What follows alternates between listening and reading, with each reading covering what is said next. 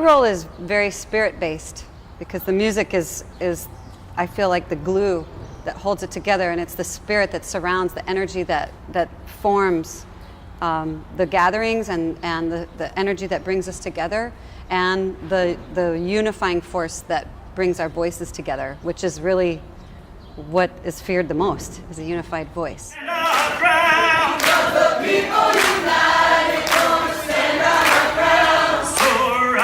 My piece is to help empower people so that they can add their voice. A lot of people are afraid to do that.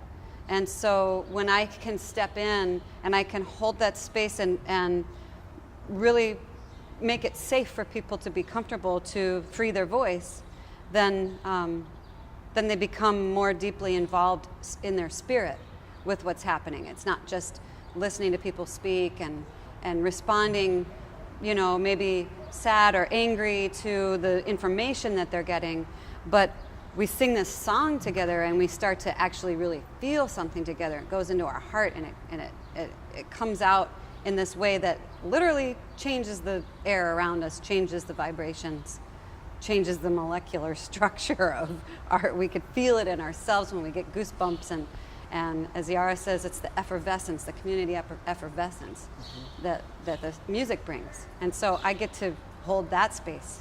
I get to.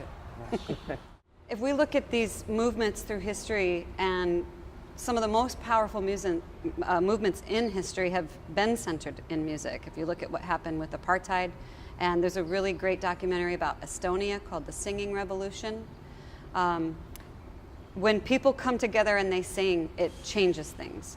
And people were doing that here for many, many years. You know, even union meetings, and not just at church, but people coming together to bring their voices together for change. And it happened through the civil rights, through bringing the end to the Vietnam War. And then somehow it just stopped. Americans lost our voice. And in a lot of ways, we gave it over to, instead of it being a participatory thing, it became a spectator thing. And so when we have people coming together to sing, the way the Poor People's Campaign is doing that intentionally is so, it's so smart and it's so beautiful. A lot of the songs that were sung in the civil rights movement were songs that had been sung to bring about the end of slavery, or, you know, you have these songs that evolved, and they might start as a spiritual and then evolve into a civil rights song that might have evolved into a labor movement song that now is something that we hear people singing today. And before this campaign fails, we'll all go down to jail. Everybody's got a right to dream.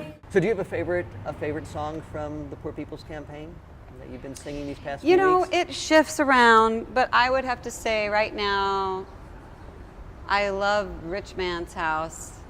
I love that song.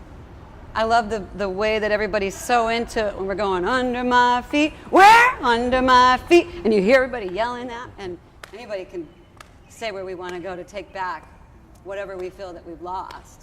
You know, so this morning we were singing, we go down to the Department of Justice, we sing the DOJ. So you can, these songs are great that way because you can fit in anything that you want, any subject. So, right. Well, I went down to the DOJ and I took back what he stole.